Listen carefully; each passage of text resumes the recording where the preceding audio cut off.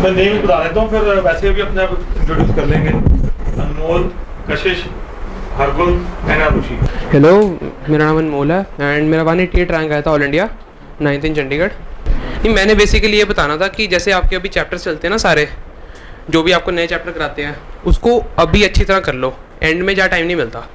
अभी जो आप पूरा पढ़ोगे 2 साल, उसका जितना आपने अभी स्ट्रेस लगा के पढ़ा ना, उसका एंड में फ़ायदा होता है, क्योंकि आप पढ़ के अभी एक लेवल अचीव करते हो जो लेवल स्टे करता है। एंड में आके वो ड्रॉप होने का चांस होता है, इंक्रीज़ नहीं होता। जितना मर्जी पढ़ लो, 1 महीना 2 महीना, लेकिन वो लेवल इंक्रीज़ नहीं होता। बेसिकली ये होता है।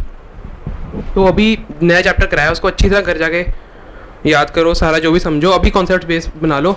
वहाँ पे जाके जैसे कि देखोगे किसी के आपसे अगर 15-20 नंबर ज़्यादा आ रहे हैं और वो अगर ऐसा होने लग गया तो मेन एग्जाम में भी उसके ज़्यादा ही आएंगे। जो मर्जी कर लो, उतना ही लेवल रहता है। तो अभी बेसिकली स्टार्टिंग से फोकस हटाना नहीं, फोकस ऐसे। और बायो के नोट्स पढ़ लिया करो, NCERT से कुछ नहीं बनना। नहीं, मैं बता रहा हूँ, मैं अभी एम्स गया था, जैसे कि एम्स जोधपुर 20 दिन लगा के आया हूँ। वहाँ पे उन्होंने जो पढ़ाया मेरे को पढ़ने की ज़रूरत नहीं पड़ी, सारा अरविंद सर के नोट से था। 80% 90% वहाँ पे मेरे को लायन से हाइपोथेसिस पढ़ा रहे, और वो सारा अरविंद सर ने पढ़ा रखा है। तो फ़र्क पड़ता है actually in the long run. Arvind sir के नोट्स काफ़ी हेल्प करते हैं। फिजिक्स केमिस्ट्री में तो फिजिक्स तो जितनी मर्जी कर लो कम है, सिंपल सी बात है। क्योंकि आप फिजिक्स का ऐसा सीन होता है, ज़्यादा बुक्स करने की सेंस नहीं बनती। 2 बुक्स रखा करो, एक प्रैक्टिस के लिए, एक औखे क्वेश्चन के लिए, सिंपल सी बात है। ज़्यादा बुक्स करने से टाइम वेस्ट होता है और कुछ नहीं होता, क्योंकि सारे बुक्स में सेम क्वेश्चंस होते हैं। नया जैसे चैप्टर कराया आपको, एक ऐसी बुक रखो जिसमें इजी क्वेश्चंस हैं। इजी क्वेश्चंस करके आपका फ्लो बनेगा, यू विल गेन मोमेंटम।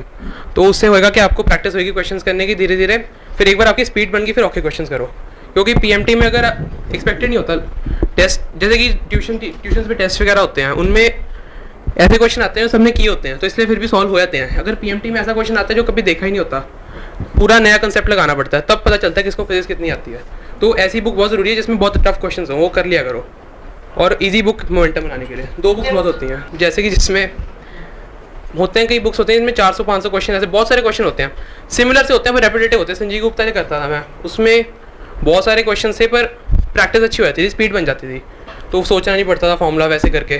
फिर उसके बाद जब टफ क्वेश्चन करने की बारी है, उसके लिए मैं डी मुखर्जी करता था। उसमें थोड़े है नॉर्मल लेवल के हैं, लेकिन फ़र्क पड़ता है। PMT में भी नॉर्मल लेवल के क्वेश्चन आए हैं। और केमिस्ट्री के लिए तो जो ट्यूशन पे करा रहे हैं वही बहुत है। प्रदीप अच्छी बुक है वैसे केमिस्ट्री के लिए, ऑर्गेनिक इनऑर्गेनिक के लिए प्रदीप अच्छी बुक है, लेकिन ऐसा केमिस्ट्री में कोई प्रॉब्लम आती नहीं, सिंपल होती है केमिस्ट्री, निकल जाती है। Never, not a chance. जो हमारा पहला PMT हुआ था उसमें तो ऐसे हो गए सारे, क्या कहाँ से आगे बायो, तो कुछ NCERT से बहुत बाहर से था। नोट्स बहुत ज़रूरी हैं, ऐसा हो सकता है, और नोट्स ज़रूरी हैं। You can not take chances, सही बात है।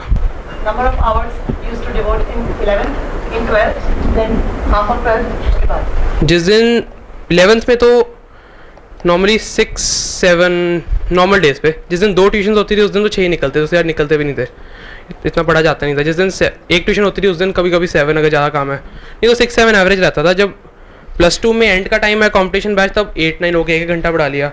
और जब PMT का टाइम है तो 9-10 कर लिया। पर पढ़ना ज़्यादा चाहिए, पर 9-10 में भी काम चल जाता है अगर आप स्टार्टिंग से अच्छी तरह पढ़ो तो। ये होता है बेसिकली, स्टार्टिंग में अच्छी तरह कर लो तो एंड में वो ये बात आपको बहुत ईजी लगती है, रेपिटेशन। फिर बायो लगता है याद ही है, सिंपल सी लगती है बायो काफ़ी। रेगुलरिटी बहुत इंपॉर्टेंट है, सही बात है। इसके सारे टेस्ट सीरियसली ले लें। हाँ, टेस्ट का मकसद रैंक लाना नहीं होता। टेस्ट का मतलब है आप चैप्टर पढ़ो, चैप्टर अच्छी तरह याद कर लो, मेन ये है। वो किसी का साइटोलॉजी में, किसी का जेनेटिक्स में आपसे 10 रैंक ऊपर आ गया मतलब थोड़ी ना उसको आपसे ज़्यादा साइटोलॉजी आती है। वो तो क्वेश्चन ठीक हो जाता है, कभी नहीं ठीक होता। वो तो बेसिकली आपको चैप्टर पढ़ना है, चैप्टर अच्छी तरह याद रखना, ताकि जब एंड में रिवीजन करो तो आपको ऐसा ना लगे कुछ नया पढ़ रहे हो। ये नहीं होना चाहिए। Hello, I am Kashish Garg. Me PMT में ऑल इंडिया रैंक 15 आई है एंड चंडीगढ़ में 2nd आई है। एंड मेन चीज़ तो ये है कि 2 साल रेगुलर रहना चाहिए। मतलब ये नहीं कि कोई चैप्टर अच्छा नहीं लग रहा तो उसे छोड़ दो, साथ साथ सारा कुछ निपटाते चलो। कि बाद में तो रिवीजन का ही बहुत कम टाइम मिलता है, तो ऐसा नहीं है कि बाद में आप पूरा चैप्टर शुरू से शुरू उठा सको। बाद में कवर नहीं होता कभी। हाँ, बाद में कभी टाइम ही नहीं मिलता कि पूरा चैप्टर शुरू से शुरू पढ़ो। एंड में तो रिवीजन का ही होता है कि रिवीजन के लिए भी ज़्यादा टाइम नहीं मिल रहा। फिजिक्स के लिए तो DC पांडे करता था मैं, उसमें लेवल 1 लेवल 2 दिए होते हैं, तो शुरू में लेवल 1 प्रैक्टिस के लिए चाहिए होते हैं कि आसान, मतलब एक बार कंसेप्ट पता लग जाए क्या क्या है। फिर लेवल 2 कर लेता था कि ताकि थोड़े हाई लेवल के भी पता लग जाए। कभी PMT में जैसे कभी वह लेंदी या थोड़ा मुश्किल आ जाता है तो मतलब वो भी टैकल कर पाऊँ फिर, ताकि एग्जाम में पहले तो बायो ही करते हैं, फिर केमिस्ट्री, फिर फिज़िक्स। कि बायो केमिस्ट्री में काफ़ी जल्दी क्वेश्चंस कवर हो जाते हैं, फिज़िक्स में काफ़ी टाइम लग जाता है। और जैसे इस बार तो काफ़ी लेंथी भी आई थी, तो मतलब फिज़िक्स पहले तो बिल्कुल भी नहीं करनी चाहिए, एंड में करनी चाहिए। Physics you never know. हाँ, फिज़िक्स काफ़ी लेंथी आ जाती कभी कभार, तो फिर बाकी सब कुछ ख़राब हो जाएगा। Better कि आप पहले अपना bio पहले बायो केमिस्ट्री काफ़ी जल्दी कवर हो जाती है ना, तो इसलिए मतलब कॉन्फिडेंस बन जाता है कि हाँ भाई अभी हमने पेपर कर लिया काफ़ी। OMR शीट पे मार्किंग एक क्वेश्चन की उस टाइम साथ करनी है कि एंड में करनी है कि 10 क्वेश्चन करनी है कि 15 क्वेश्चन करनी है, कैसे? मैं तो ऐसे ही करता था कि मतलब जैसे एक पेज के पहले क्वेश्चंस कर लिए, फिर उसको साथ ही मार्क कर लिया। मतलब एक ही करके भी नहीं करता था, पर मतलब साथ एक पेज जैसे होता है ना, बार टर्न करना पड़ेगा, तो एक पेज के सारे इकट्ठे कर लेता था। एग्जाम में भी ऐसे? हाँ, एग्जाम में भी ऐसे ही किया। अनमोल आपने कैसे किया? साथ मार्क किए मैं तो, ईच क्वेश्चन करती मार्क कर दो, पता नहीं होता फिर छूटने का चांस होता है, फिर क्यों रिस्क लेना, कर दो, आंसर निकाल लिया तो मार्क कर दो, किस लिए छोड़ा हुआ है। वो तो अपनी अपनी अप्रोच है, जिसको जैसे कंफर्टेबल लगे। एक बार जो आंसर निकाल लिया उसको 2 बार ना सोचा करो, डाउट में आए, गलत भी होता है कभी कभी, मेरे साथ ऐसा बहुत हुआ। एक बार निकाल लिया वो ठीक होता है, जो गट इंस्टिंक्ट होता है ना वो ठीक होता है हमेशा। एक बार आंसर निकाला, मार्क करो, काम खत्म, नया क्वेश्चन। लास्ट 2 मंथ्स में प्रिपरेशन कैसे? लास्ट 2 मंथ्स में तो रिवीजन ही होती है मेनली, मतलब सारे नोट्स पढ़ लो एक बार, फिर एनसीईआरटी पढ़ लो। एंड में थोड़ा एनसीईआरटी मतलब थोड़ा बहुत है कि लाइंस रटने का होता है, तो एंड में एनसीईआरटी थोड़ी सी ज़्यादा करनी पड़ती है। पहले तो शुरू में तो करते ही नहीं थे एनसीईआरटी, और डेली रूटीन में तो एनसीईआरटी एक बार पढ़ लो वही काफ़ी है। मतलब अगर एनसीईआरटी पढ़नी है तो बाकी नोट्स ज़्यादा फोकस करना चाहिए साथ साथ, तो क्योंकि नोट्स में जितने डिटेल में अभी जा सकते हो, बाद में उतनी डिटेल में नहीं जा पाओगे। जब कोई टेस्ट आते हैं, हमारे रेगुलर टेस्ट हैं, उसमें कोई कोई एग्जाम टेस्ट होते हैं, काफ़ी ज़्यादा सिलेबस होता है, तो उस टाइम जो डेली का कोर्स होता है वो कैसे मैनेज होता है साथ में? डेली का तो करने मतलब डेली पे ज़्यादा प्रायोरिटी होनी चाहिए, क्योंकि अगर वो मिस हो गया फिर आगे बैकलॉग बढ़ता ही रहता है। मतलब डेली का पहले डेली का कर लो, उसके बाद टाइम निकाल के एग्ज़ाम की प्रिपरेशन करनी चाहिए। अभी ना ऐसा लगता है कि सारा कुछ सब कुछ ही पढ़ना है। जब इतने सारे टेस्ट दे होते हैं तो रियलाइज़ करते हो कि क्वेश्चन उन्हीं सिलेक्टेड चीज़ों में से आता है। सब कुछ पढ़ने की इतना मतलब अभी तो पढ़ना होता है एक बारी तो, लेकिन क्वेश्चन बड़ा सिलेक्टेड चीज़ों में से आता है। कहीं जहाँ से बनता है क्वेश्चन एक्चुअली वहीं से आता है, क्योंकि चैप्टर वाइज क्वेश्चन डिवाइड होते हैं ना, तो इंपॉर्टेंट कॉन्सेप्ट से मेजॉरिटी क्वेश्चन आते हैं छोटे मोटे, लेकिन क्वेश्चन सिलेक्टेड वही होते हैं सारे टेस्ट में, रेपिटेटिव होते हैं, हल्का सा चेंज करके क्वेश्चन वही बनता है बेसिकली। तो इसलिए साथ साथ पढ़ लो तो बेटर है। साथ साथ जैसे ही कराया अभी पढ़ लो अच्छी तरह, तो फिर जैसे ग्रैंड टेस्ट भी आ गया, लेकिन आपने पहले ही अच्छी तरह पढ़ा हो तो इतनी टेंशन होती नहीं है। अगर पहले ही छोड़ा हुआ है तो फिर ग्रैंड टेस्ट के लिए पढ़ोगे जो साथ साथ चल रहा है वो मिस हो जाएगा। तो साथ साथ पढ़ लो, रेगुलरिटी होती है मेन, तो बाकी इतना कोई प्रॉब्लम होती नहीं। My name is Arjun. मैंने बताना था बायो की ना प्रिपेयर्ड ना जाना, ओवर प्रिपेयर्ड जाना। बायो अभी आपकी स्टेज अभी बहुत इजी, अब आप सारे नोट्स चाट सकते हो। जब आपने टेस्ट देने जाना ना, जो अरविंद सर टेस्ट लेंगे, तो नोट्स एक एक लाइन याद होनी चाहिए। मैं सारे कंपटीशन काउंटर्स पढ़ता था ऑलमोस्ट। और अगर जब आप आईपीयू का पेपर दोगे ना, अगर तो नोट्स नहीं पढ़े फिर देने ही ना जाना, वो तो ऐसा लगेगा टाइम पास कर रहे हो, उससे अच्छा घर पे बैठ जाना। बाकी फिजिक्स के लिए मिनिमम 1 आवर 15 मिनट जरूर रखना। अभी आपको लगेगा जब मॉक टेस्ट दोगे तो लगेगा कि इतना निकल नहीं रहा टाइम, बट पीएमटी में बायो थोड़ी सिंपल आती है तो फिर टाइम बचेगा।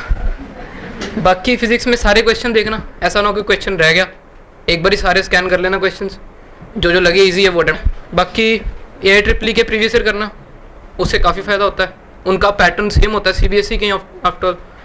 एंड इनऑर्गेनिक अच्छी तरह पढ़ना, कहीं नहीं पढ़ाते ढंग से। अपने NCERT तो बस रट लेना जितनी ज़्यादा हो जाए इनऑर्गेनिक के लिए। एक ना नीचे यूजेस दी होती हैं, उसमें से 2 क्वेश्चन तो डायरेक्टली आ गए थे, वो हार्डली 5-10 मिनट लगते हैं पूरे चैप्टर की यूजेस पढ़ने के। केमिस्ट्री की प्रदीप अच्छी है, हाईलाइटेड है पॉइंट्स NCERT के, बैक क्वेश्चन बहुत अच्छे हैं, सारा पंजाब पढ़ता है, आप भी पढ़ो। बट फिर क्वेश्चन निकल ही जाता है, जैसे जैसे करके जोड़ तोड़ करके निकल जाता है क्वेश्चन। आते सीरीज़ वाले ही हैं क्वेश्चन, बेसिकली ऑर्डर के क्वेश्चन आते हैं। एक खिजालडाल डुमा मेथड, वो ज़रूर करना, एक क्वेश्चन गारंटीड है, वो कभी नहीं करके जाते बच्चे। बाकी रिप्रोडक्शन चैप्टर अच्छी तरह पढ़ के जाना, उसमें से काफ़ी डिटेल्ड नोट से क्वेश्चन आए, कैपेसिटेशन हो गया, स्पर्मिएशन, अच्छे क्वेश्चन आ जाते हैं, NCERT में नहीं लिखे हुए। एक्टोपिक प्रेगनेंसी हो गया। और बाकी जेनेटिक्स, और मैंने क्या करा था जब PMT से थोड़ा टाइम पहले, मेनली तो NCERT करी थी इकोलॉजी वगैरह, बट फिजियोलॉजीज और जेनेटिक्स ये नोट्स से पढ़ी थी। मतलब PMT के 1-2 हफ्ते पहले भी नोट्स पढ़े थे, और ज़्यादा टाइम नहीं लगता। अभी काफ़ी टाइम लगेगा पढ़ने में, क्योंकि अभी तुम्हें पता नहीं कि क्वेश्चन किस किस पॉइंट से आना है। तब तुम्हें पता चल जाएगा। जैसे फिजियोलॉजी पढ़ रहे हो तो खाली प्लांट फिजियो की केल्विन साइकिल वगैरह देख लिए फटाफट, तो काम जल्दी हो जाता है। तो पढ़ लेना, जितना बायो जितनी ज़्यादा पढ़ लोगे बहुत बढ़िया रहेगा, क्योंकि वो श्योर शॉट है, उसमें नंबर आने आने।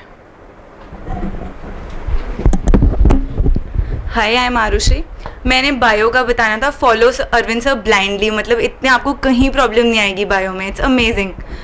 रिटेंशन के लिए I think repetition is more important. आप 6-7 टाइम्स नोट्स, अभी आपके पास 2 साल में बहुत टाइम है, सो मैक्सिमम जितनी बार कर सको कम है नोट्स। तो ओवरऑल जितनी बार रिपीट कर सको नोट्स बिफोर PMT। 15 डेज पहले सिर्फ NCERTs पढ़ी जाती हैं and physiology and genetics from the notes, but 2 साल में जितनी मर्जी, जो आपके पास अभी टाइम है ना, आपके जो टेस्ट हैं, डोंट मिस योर टेस्ट। एक फीलिंग आती है कि चलो छोड़ देते हैं, एटलीस्ट 60-70% तो करके जाओगे ना अगर टेस्ट दे रहे हो। वो चैप्टर हमेशा आपका बेनिफिट में ही रहोगे। डोंट मिस द टेस्ट, सारे एंड तक रिविजन बैचेस, हर टाइम सारे टेस्ट ज़रूर देना। एंड जब सर क्लास में सुनते हैं तो ज़रूर पढ़ के आना, मतलब that is one thing. Class concentration and जो सर ने सुना वहाँ से रिटेंशन काफ़ी ज़्यादा बढ़ जाती है। एंड बायो के लिए I also made a lot of list, जैसे फंगस है, मॉर्फोलॉजी है, टॉपिक्स जो गंदे लगते हैं ना उनकी लिस्ट्स बना लो जब टाइम मिलता है। 15 मिनट्स फ्री हैं, 20 मिनट्स दिन में देख ली एक बार, एंड में बहुत काम आती है। I use to give 1 hour daily for revision. मेरे 20-30 पेजेस के ऐसे नोट्स थे सारे, इकोलॉजी के एग्जाम्पल्स हैं, आपका माइक्रोब्स हैं, सारे वो हेल्प करते हैं एंड में। बायो का ना मैं क्या करता था, बायो रात में पढ़ता था। अगर दोपहर को जाके बायो पढ़ो ना, और फिर कभी कभी होता था शाम तक भूल जाती थी। जब रात को पढ़ के आप इमीडिएटली मतलब सोने से पहले पढ़ लो, फिर जब सो के उठते थे ना सुबह, सब सो के टेंशन बढ़ जाती है समहाउ, बस सब कुछ याद होता है सुबह, फिर वो काफ़ी देर तक याद रहता है। अगर सुबह पढ़ते थे, दोपहर को पढ़ते थे, शाम तक काफ़ी भूल जाता था, फिर दोबारा पढ़ना पड़ता था। इसलिए रात को पढ़ा करो बायो, मतलब मैं तो यही करता था बेसिकली, उससे टेंशन बढ़ती है एक बारी में ही। बायो के सर एंड में सपने आने शुरू हो जाते हैं। एग्जाम में कैसे डिसाइड करें फिजिक्स में क्वेश्चन छोड़ के आगे कब जाना है, कितनी देर बाद? 2 बार अटेम्प्ट करो बस, 2 बारी में नहीं निकला तो फिर आगे। मतलब 45 में से एटलीस्ट 25 ऐसे होंगे जो बहुत इजी लेवल के होते हैं, एवरीवन कैन अटेम्प्ट। अगर टफ क्वेश्चन आ रहा है ना तो फिर डर जाते हो और जनरली स्किप हो जाते हैं। मेरे से 2-3 क्वेश्चन देखे ही नहीं गए आउट ऑफ पैनिक कि हाँ इजी वाले रह जाते हैं। तो फर्स्ट आपका प्रायोरिटी होनी चाहिए एटलीस्ट 25 to 30 जहाँ से मार्क्स मिलेंगे ना टोटल, वो अटेम्प्ट कर लो एक बार, then you can move to the tough ones. वो आप फिजिक्स के लिए थोड़ा एक साइकोलॉजिकल फैक्टर होता है, फोबिया होता है फिजिक्स का। 2 टफ आ गए वहीं पे सारी पैनिक हो जाती है कि नहीं छोड़ना है पेपर, तो वो मत करना। एटलीस्ट 25 to 30 आप देखना पूरा पेपर आते होंगे, इतना मिनिमम होता है, सबको ही आते होते हैं। सो 10 टफ जो होंगे वो सब नहीं छोड़ने हैं, एंड प्लीज़ छोड़ दिया करो फिजिक्स। ऐसे नहीं है कि तुक्का मारना है, तुक्का तो बिल्कुल ही नहीं। फिजिक्स इज़ वन थिंग, तुक्का मत मारा करो। जब तक आपने फॉर्मूला नहीं लगाया और क्लोजेस्ट आंसर नहीं आया तब तक तुक्का नहीं मारना चाहिए कि बिल्कुल ही रैंडम वेग एक लग रहा है मार दिया ऑप्शन में से, वो मत करना। एक फिजिक्स में हम GRB या DC पांडे करते हैं तो ऑलमोस्ट 400-500 क्वेश्चन हैं, उनकी रेपिटेशन पॉसिबल नहीं होती। तो जो क्लास असाइनमेंट्स है ना, they very easy to repeat. 10-15 जो सिलेक्टेड क्वेश्चन है वही कॉन्टिन्यूसली एग्जाम टाइम में एंड में मैंने अपनी सारी class assignments, class test repeat किए थे। जो मेजर इंपॉर्टेंट क्वेश्चन है उनमें अच्छी तरह प्रैक्टिस हो जाते हैं, तो थोड़ा फोबिया निकलता है फिजिक्स में एंड के लिए। And keep at least 1-2 hours daily for practice of physics. जो आपका एंड टाइम आएगा ना, कॉन्फिडेंस ज़्यादा मिलता है। कोई भी रैंडम टॉपिक शॉर्ट नोट्स बना लो, पढ़ लिए, फॉर्मूलाज पढ़ लिए, उसके फिर 10 क्वेश्चन अटेम्प्ट करके देखे तो कॉन्फिडेंस ज़्यादा मिला एंड मंथ्स में फिजिक्स के लिए। Some tricks and for the exam कैसे किया एग्जाम में? और फिजिक्स में मतलब यही होता है कि पहले एक बार थोड़े जो इजी होते हैं वही करो, वही पहली गो में, फिर उसके बाद जाओ जो थोड़े लगते हैं कि टाइम कंज्यूम है, कैलकुलेशन रह गई है काफ़ी, तो वो वाले एंड में करने चाहिए। और बाकी मतलब सिलेक्टेड क्वेश्चन ही पहले सिलेक्ट करके कर लेने चाहिए। हाँ, मतलब पहले जैसे क्वेश्चन पढ़ते ही पता लग जाता है कि मतलब निकलेगा नहीं निकलेगा, ज़्यादा टाइम लगेगा, तो जो लगता है कि ज़्यादा टाइम लगेगा वो बाद के लिए छोड़ देना चाहिए। और क्योंकि कई होते हैं बहुत आसान क्वेश्चन होते हैं, पढ़ते ही आंसर आ रहा था, तो वैसे से छूटने नहीं चाहिए कभी पेपर में। पॉलिसी मोस्टली सबकी ये रही है, पहले इजी क्वेश्चंस को ग्रास्प कर लो, फिर न्यूमेरिकल्स पे जाओ अगर टाइम है। हाँ, फिजिक्स में क्योंकि काफ़ी होते हैं कैलकुलेशन वाले हैं, अब कैलकुलेशन करने में आप 1 मिनट वेस्ट कर दो और बाद में आपके आसान वाले 2 क्वेश्चन छूट जाएं, वो फिर बहुत बुरा लगता है पेपर जब देखते हैं वापस। तो मैंने शेड्यूल बनाया हुआ था दिन में पढ़ना कब है, डिपेंडिंग ऑन ट्यूशंस कब है, ट्रांसपोर्ट वगैरह जो भी, सबको टाइम देख दुख के। ऐसा नहीं था कि आज मैंने ये मतलब शेड्यूल बनाया था हफ्ते का कि आज मैंने बायो पढ़नी है, आज केमिस्ट्री पढ़नी है। वो तो जो मन करता था यार, जो डिपेंडेंट था, जिसका काम है, किसी का टेस्ट आ रहा है उस पर, लेकिन पढ़ने के यार फिक्स किए होते, इससे ये टाइम मैंने पढ़ना है, रात को इससे ये टाइम मैंने पढ़ना है, ये था बेसिकली। केमिस्ट्री की NCERTs ना एंड में before PMT it takes just 2 days to revise the complete +1 +2, तो कॉन्फिडेंस बहुत मिलता है। अभी आपके पास टाइम है, एक बार ऑर्गेनिक ज़रूर, जो फॉर्मूलाज जो है उसमें रिएक्शंस जो NCERT में है वो तो आने ही चाहिए। मतलब there is no point that you can miss from NCERT for chemistry. तो वो एंड में कर लेना एनसीईआरटीज अच्छी तरह for physical, inorganic and organic. Easy रहती हैं रिवाइज करनी, जस्ट 2 days लगते हैं, मतलब पूरा सिलेबस रिवाइज हो जाता है। एग्जाम्पल्स करने चाहिए रेगुलरली, आप अपना जितना आप टाइम है ना, अगर आप 400 क्वेश्चंस कर रहे हो पर chapter, then doing 10 from the exemplar is very easy. हर चैप्टर के लिए 10, 12, 20 से ज़्यादा किसी भी चैप्टर में है नहीं एग्जाम्पलर में। और जो डाउट्स आते हैं उसमें मिस्टेक्स भी काफ़ी अपने टीचर्स से डिस्कस करो, तो इस स्टेज पे अच्छा रहेगा if you cover the exemplars once, फिर आप रिवाइज करना ईजी रहेगा एंड में। जो केमिस्ट्री के एंड वाले चैप्टर्स है ना, बायोमोलिक्यूल, पॉलीमर्स और एवरीडे लाइफ, वो बहुत ज़्यादा इंपॉर्टेंट है। वो जब तुम करोगे ना, तुम्हें ऐसा लगेगा कि बस ये इसमें से कितना 1-2 क्वेश्चन आ जाएंगे, बट वो हर एक चैप्टर से 1-2 क्वेश्चन आते ही हैं, तो वो ज़रूर अच्छी तरह करना। हर चैप्टर में ना बायो की एनसीईआरटी में काफ़ी सिलेक्टेड पॉइंट्स होते हैं जैसे अच्छे क्वेश्चन बनते हैं। जैसे कि अभी तो आप पढ़ रहे होगे, आपको सारी एनसीईआरटी पढ़नी होगी, कई बार तो कहानियाँ भी लिखी होती हैं काफ़ी लंबी। पॉइंट 1 बताया होता है, कहानियाँ पूरी पेज भर के लिखा होता है। तो जब आगे आगे टेस्ट दोगे ना, आपको पता चलने लग जाएगा कि कहाँ से क्वेश्चन बनता है, फिर वही रेपिटेशन होती है एनसीईआरटी की बेसिकली। तो इंपॉर्टेंट पॉइंट सारे मार्क कर लो, जैसे हरगुन ने कहा साइड में पॉइंट्स लिख लो, वही पॉइंट्स पढ़ के काफ़ी एनसीईआरटी रिवाइज हो जाती है, पूरी कहानियाँ नहीं पढ़नी पड़ती। फिर एक दिन में एक मतलब +1 की एनसीईआरटी, एक दिन में +2 की एनसीईआरटी ईजिली रिवाइज हो जाती है एंड में जाके। इसलिए अगर पॉइंट्स लिख लो तो साथ साथ। Big thanks to all of you.